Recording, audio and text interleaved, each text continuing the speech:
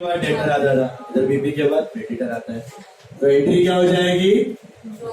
Drawer to. समझो 20,000 में से उसने 5,000 दे दिया। कितना दे दिया? 5,000 ताबड़तोड़ दे दिया। Is this clear? Third step, interest receivable था वहां पे। इंटरेस्ट पेएबल है। अच्छा, मुझे इंटरेस्ट पेएबल की नॉर्मल एंट्री बताइए। इंटरेस्ट क्या है? पेड की इंटरेस्ट टू क्या है? Payable outstanding.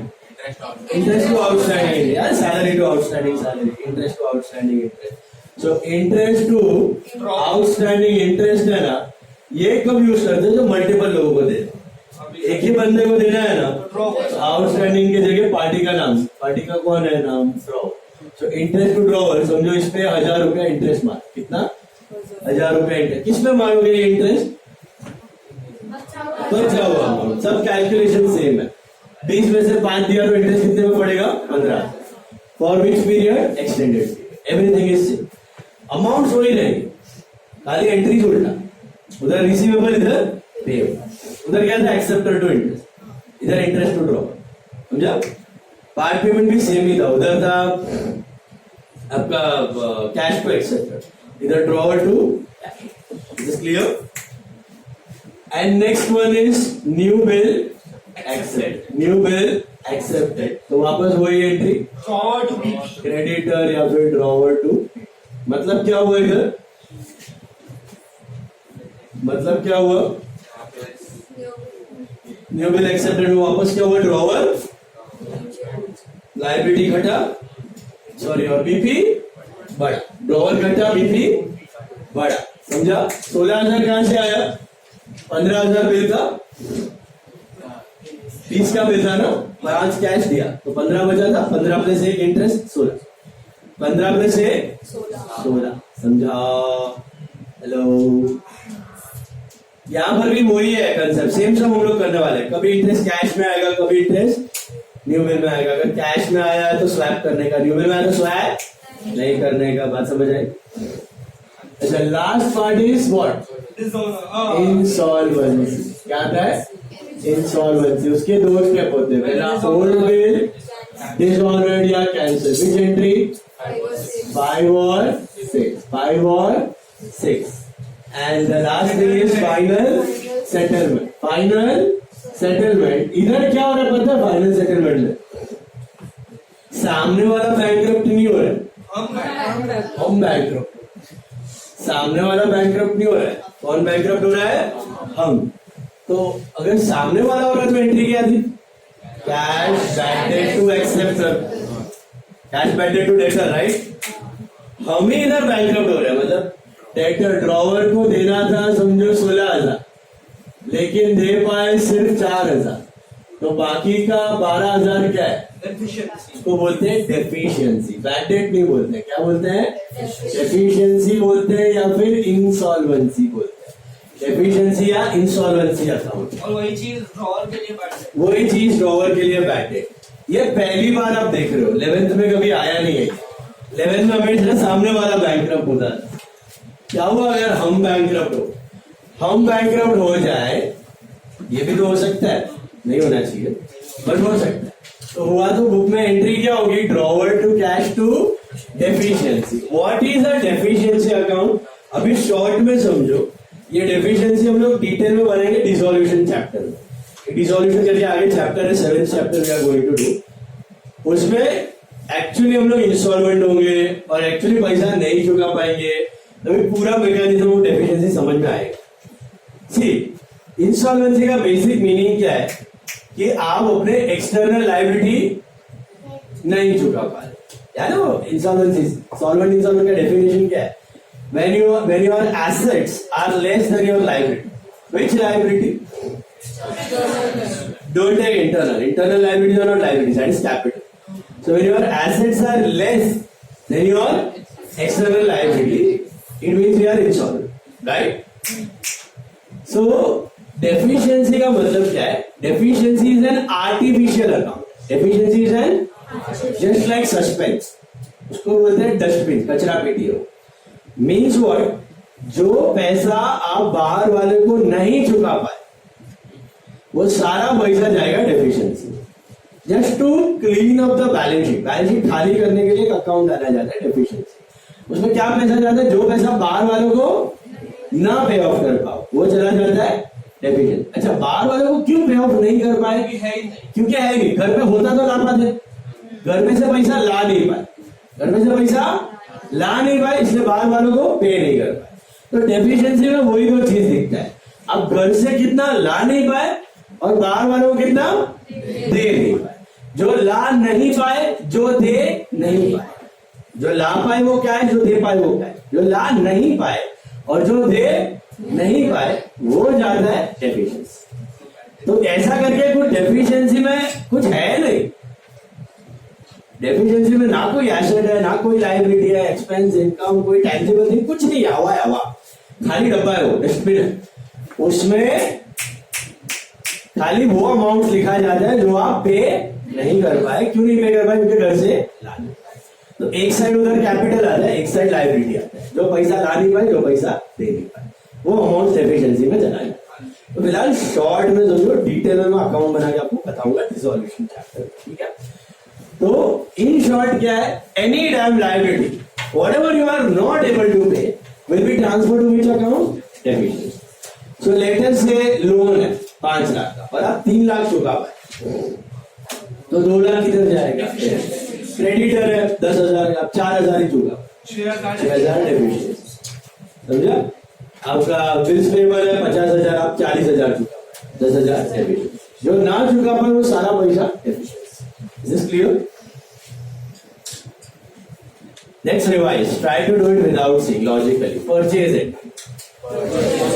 Purchase to creditor. It's a credit purchase. Can't be cash. If it is cash, there is no need of bill. So purchase to credit. Acceptance it. Creditor to BP. वही time को सोच लेगा मेरा liability क्या है, creditor. हाँ, अभी वो बिल एक्सेप्ट कर रहा है, तो क्रेडिटर तो घटने ही वाला है, तो ही सेल्स बनता है। तो क्रेडिटर घटा, बीपी बढ़ा, so creditor to BP. Then there is dealing entry, कोई फर्क नहीं पड़ता, कहाँ पे भी जाए। Then there is honor entry, BP to cash, creditor to cash, क्योंकि अभी मेरा liability BP to cash, BP कटा, कैश कटा, liability pay off. Dishonour entry, BP to creditor, वापस डिसऑनर वाला बैक टू 0 हो गया, तो BP कटा, क्रेडिटर बढ़ा, एक्सेप्ट किया तो भी क्रेडिटर घटा तो BP बढ़ा, अभी BP घटा, creditor with loading charges, BP loading charges creditor तो भाई लोडिंग चार्ज मेरा कि उसका, मेरा खर्चा वो पे कर रहा है, मेरा खर्चा वो पे कर रहा है। Expense to party, expense to party, loading charges to drawer, loading charges to drawer, so that will be BP loading charges to drawer combine it. Got it? Clear? समझाओ, hello. So BP to drawer and BP loading charges to drawer. Okay? Then that's what is on with loading charges. Okay? फिर आता है retirement. What is retirement? BP to cash, BP डालना है discount. Allow की receive. कम पे करोगे तो फायदा होगा। BP to cash to discount receive या rebate. Then renewal. How many steps? पहले dishonour entry number. What is 5 without loading charges? What is 6 with loading charges? Then you have part payment. Pay करोगे receive pay करोगे. Forward to cash. Why not BP to cash? Because BP is no more alive. BP is no more. Then interest payable है कि receivable? Payable है। Interest तो outstanding interest की जगह एक ही बंदे को देना है तो ड्रॉवर, मल्टीपल लोगों को देना है तो आउटस्टैंडिंग इंटरेस्ट। और फिर आता है न्यूट्रल, ड्रॉवर वापस घटेगा, बीपी वापस बढ़ेगा, तो ड्रॉवर टू बीपी 2 सेकंड रुकने का, हाई नहीं करने का। इधर ये पॉइंट में मिस्टेक होता है, ड्रॉवर टू बीपी की बीपी टू ड्रॉवर, तो सोचने का। एक्सेप्ट कर रहे हो तो क्या बढ़ेगा लायबिलिटी? बीपी, तो बीपी क्रेडिट हो, ड्रॉवर टू ड्रॉवर घटेगा, बीपी बढ़ेगा। इंस्टॉलमेंसी में 2 चीज होता है, डिसऑनर एंट्री नंबर 5 और 6, एंड फिर आता है final drawer to cash to deficiency, BP to cash to deficiency. जो कैश मतलब जो दिया, डेफिशिएंसी मतलब जो नहीं दे पाया। Is it clear? I give you 5 minutes, please go through the entries again, एकदम ध्यान से समझो उसको, make yourself understand the logic behind it.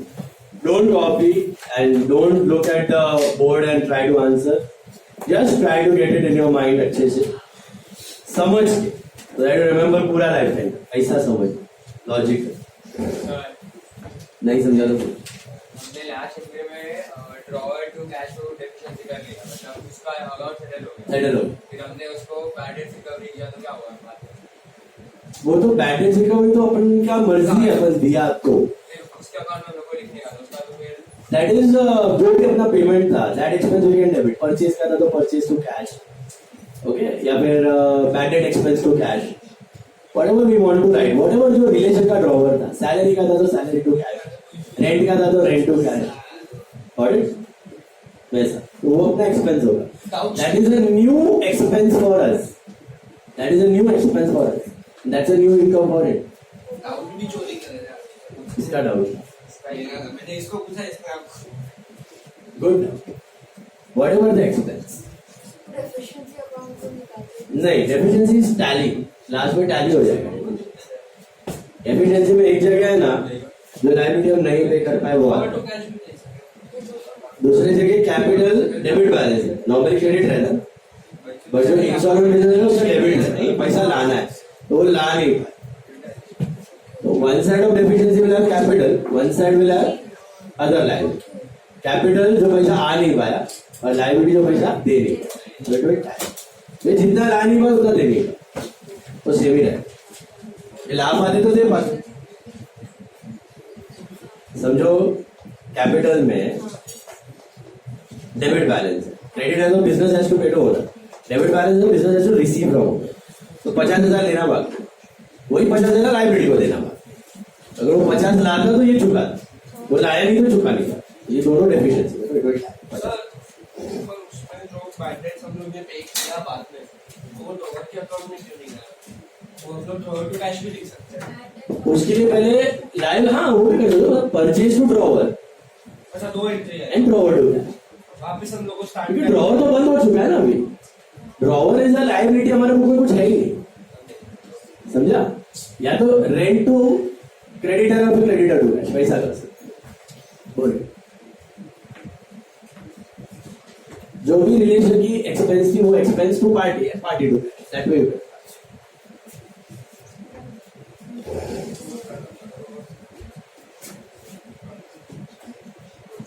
ध्यान से गो थ्रू करो परफेक्टली एकदम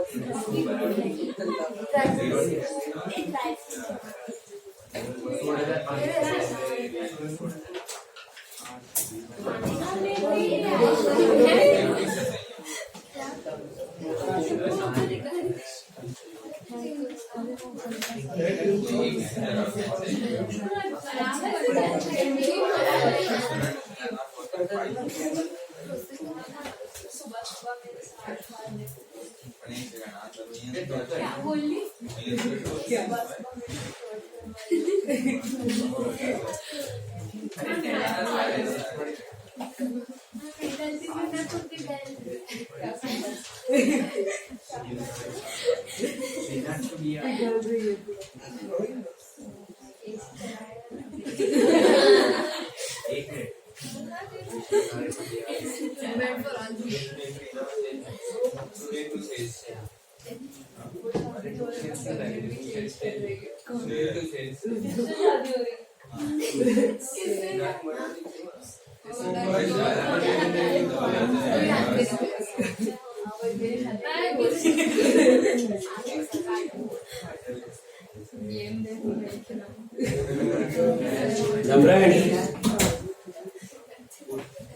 This is quite easier than drawer entries. So in the exam, usually they don't ask BP का entries. BR का ही पूछते हैं 90%. Yes भव्या. या तो फिर BR BP combined पूछते हैं. Combined आता है. ये पेपर में combined आया था. Combined हर केस वाइज. हाँ मतलब ऑनर एंट्री पूछेगा, ड्रॉवर का, डिसऑनर एंट्री ड्रॉई का, ऐसा रिन्यूअल पूछ लेगा, 4 entry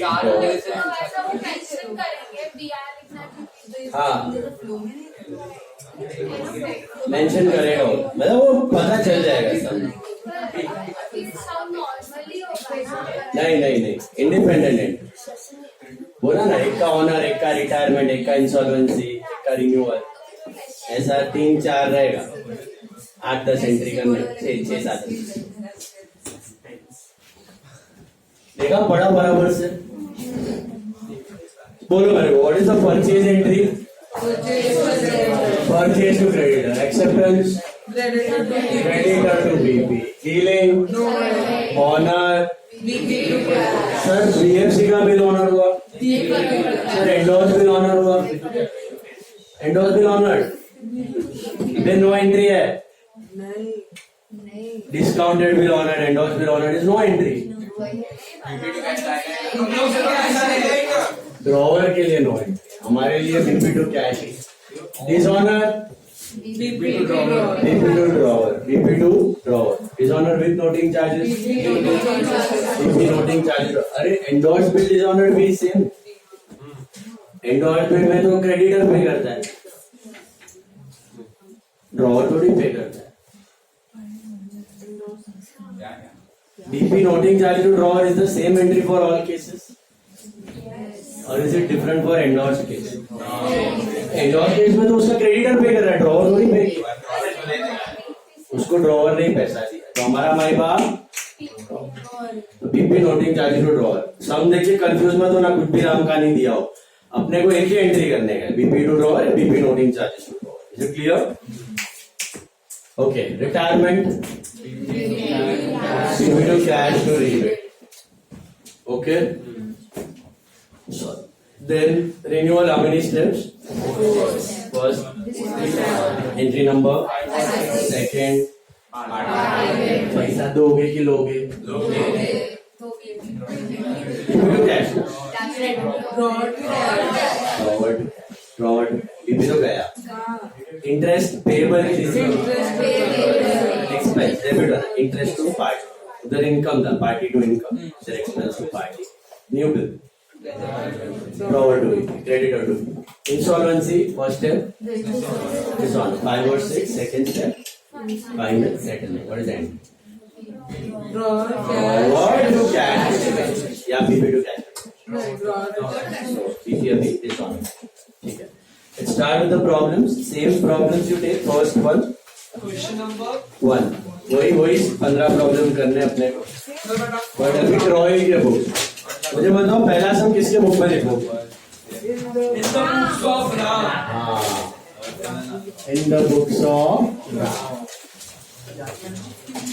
in the books of Ram journal same stuff हर एक जर्नल के बाद आधा साइड छोड़ देने का लेजर के लिए सर डेट क्या है आज है I think 16 70 16 today is 16 yeah today is 16 April what happened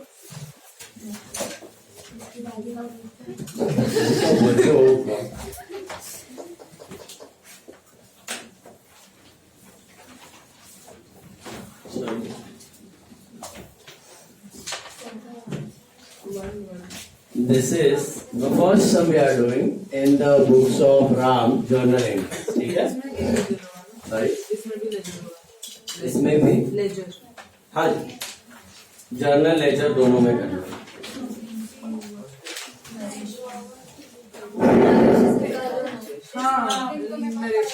with narration लैंडो पहला सम Amar sold goods to Ram very first entry क्या होगी Twisha purchase to Amar perfect लिख दो purchase account debit to Amar account कितना है